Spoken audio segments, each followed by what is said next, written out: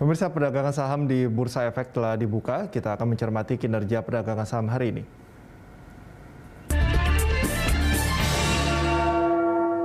Dan untuk mengetahui pergerakan saham hari ini, kita telah terhubung dengan senior analis Asosiasi Analis Efek Indonesia, Reza Priyambada. Selamat pagi, Mas Reza.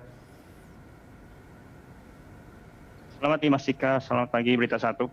Oke, Mas Reza, tadi baru saja kita simak indeks dibuka menguat tipis ya setelah kemarin Ya. koreksi di zona merah, meskipun belum bisa tembus ke level 6.500. Analisis Anda untuk hari ini seperti apa, Mas Reza? Iya, baik, terima kasih Mas. Kalau kita lihat kemarin memang pergerakan indeks ya di awal pekan ya di tanggal 11 Oktober ya, itu kan sempat menyentuh level tertingginya itu di 6497 ya gitu. Nah, sebenarnya kalau dari berita atau sentimen yang ada, rasanya sih belum ada berita negatif ya gitu, kecuali sejumlah saham-saham bank digital yang mengalami penurunan ya gitu. Tapi kalau kita lihat sentimen sentimen lain ya, misalkan seperti pergerakan harga komoditas ya, baik itu hard commodity maupun soft commodity ya, misalkan seperti CPO ya, terus kemudian sejumlah komoditas batu bara, terus logam dan lain sebagainya yang masih menunjukkan peningkatan, itu seharusnya masih bisa memberikan sentimen positif gitu ya. Tapi ketika kemarin kita lihat bahwa pergerakan dari IHSG di awal pekan mengalami kenaikan hingga ke level 6497. Nah, di situ mulai pelaku pasar mulai ada volume jual gitu. Artinya profit taking di sejumlah saham mulai terlihat, sehingga seperti yang tadi Mas Cikal katakan, ketika ISG ingin mencoba tembus ke level psikologisnya di 6.500, nah akhirnya gagal tercapai Mas. Nah, kemungkinan level 6.500 bisa jadi akan coba tes resisten di hari ini ya, di kisaran antara 6510 sampai dengan 6515 ya gitu. Tapi itu pun juga kita juga perlu waspada ya gitu, karena dalam 2 atau 3 hari kemarin kan volume belinya mengalami peningkatan yang cukup tinggi. Nah, mungkin sekarang sudah mulai ada volume jual seperti itu, Mas. Oke, Mas Reza, pekan lalu kan derasnya capital inflow ini bisa menjadi pendorong laju IHSG. Bagaimana dengan di pekan ini? Iya, saya pikir kalau kita lihat dari aliran dana asing ya, gitu, yang juga diikuti juga dengan aliran dana lokal, tampaknya ada rotasi ya gitu. Dimana di periode sebelumnya banyak perusahaan-perusahaan digital atau saham-saham bank digital yang mengalami kenaikan seiring dengan prospek atau proyeksi kinerja mereka gitu. Nah, terus kemudian ketika pelaku pasar memilih saham-saham tersebut, akhirnya saham-saham yang boleh kita katakan konvensional ya gitu, itu mengalami penurunan gitu. Nah, kemarin dengan adanya aliran dana masuk, itu yang akhirnya membuat saham-saham yang notabene konvensional itu mulai mengalami kenaikan kan gitu. Kita bisa lihat seperti misalkan Unilever, di mana kemarin sempat mengalami pelemahan hingga ke level di bawah level 4 ribuan, sekarang sudah mulai mengalami kenaikan kan gitu. Terus kemudian bank-bank yang kita katakan ya bank-bank konvensional pun juga mulai mengalami kenaikan kan, ada BNI, kemudian BRI yang setelah red issue tampaknya juga banyak diminati oleh pelaku pasar, Mandiri dan juga sejumlah saham bank lainnya, termasuk juga saham bank BCA yang rencana juga akan mengalami stock split kan, itu juga menjadi pilihan pelaku pasar, Mas.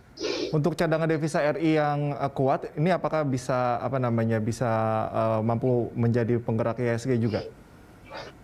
Iya, saya pikir itu bagian dari sentimen makro ya yang menjadi pertimbangan pelaku pasar ya. Tetapi sebenarnya kalau kita lihat apakah penguatan cadangan devisa tersebut terhadap sejumlah sektor kan rasanya tidak terlalu berhubungan secara signifikan ya gitu ya. Nah, makanya pelaku pasar lebih melihat kepada sisi sektoralnya gitu, sektor apa yang masih bisa istilahnya ditradingkan seperti itu gitu. Oke, ini pemerintah itu yang mungkin kita lihat dalamnya.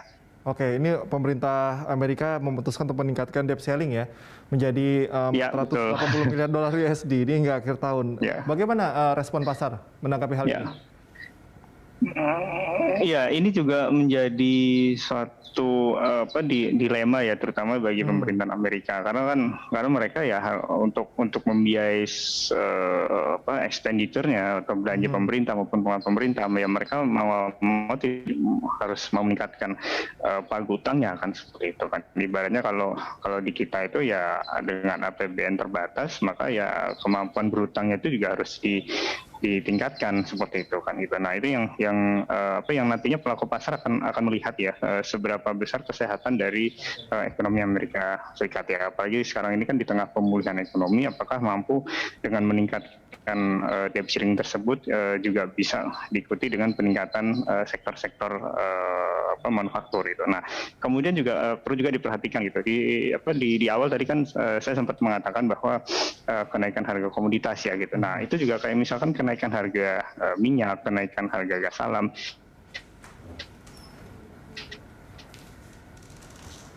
itu juga bisa menjadi pemicu, harus dipertimbangkan juga oleh pelaku pasar, apakah perekonomian Amerika itu sehat atau tidak gitu kan, sehingga kenaikan indeks baik itu IHSG, Nasdaq atau NYSE dan lain sebagainya itu juga perlu diwaspadai pembalikan arahnya seperti itu. Kalau beberapa waktu yang lalu, pekan lalu misalnya, dampak dari Evergrande ini nggak terlalu signifikan. Kalau untuk hari ini dan juga pekan-pekan selanjutnya bagaimana, Mas Reza?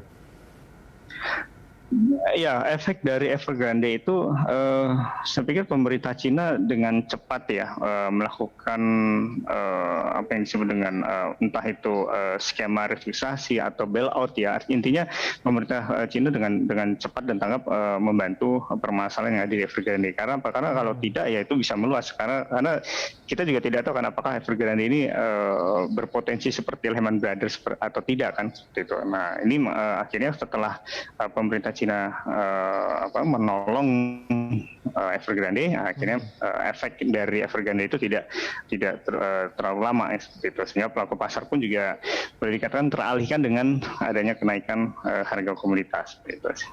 Oke, ini kita lanjut ke saham, Mas Reza. Di mana harga komoditas dan energi ini masih naik ya, bagaimana dengan sahamnya? Apakah bisa diakumulasi atau bagaimana? Iya, saya pikir beberapa sudah mulai terbatas ya pergerakan harga sahamnya gitu. Walaupun mungkin masih ada potensi mengalami kenaikan ya, tapi saya pikir kenaikan yang terjadi sudah mulai terbatas ya gitu. Kita bisa lihat Medco, terus kemudian saham energi ya, terus kemudian saham-saham saham batu bara itu juga sudah mulai terbatas pergerakannya gitu. Jadi saya pikir kalaupun ingin mencari gain masih dimungkinkan, tapi jangan berharap terlalu besar sih Mas. Itu karena kan sudah mulai terbatas kan gitu kenaikannya. Oke, mungkin terakhir Mas Reza, rekomendasi saham dari Anda untuk hari ini? Ya, beberapa yang kita lihat masih cukup menarik ya. Di antaranya kita bisa lihat BCA ya masih menjadi daya tarik ya. Kemudian di sisi lain kita lihat saham Astra ya. Ternyata setelah ex dividen pergerakannya tidak turun tapi malah masih menunjukkan adanya kenaikan ya, itu dari Astra. Kemudian berikutnya kita lihat seperti yang di awal tadi saya katakan saham konvensional ya, kayak misalkan SMGR, ICBP, INDF itu mungkin bisa menjadi perhatian pelaku pasar untuk hari ini, Mas. Oke, baik Mas Reza, terima kasih atas informasi serta analisisnya. Oke, baik Mas Ikal, terima kasih berita. Baik, dan pemirsa, demikian analis Asosiasi Analis Efek Indonesia, Reza Priyambada. Dan bagaimana pergerakan rupiah pagi ini? Informasinya kami hadirkan langsung dari Global Markets Bank Permata. Usai jeda.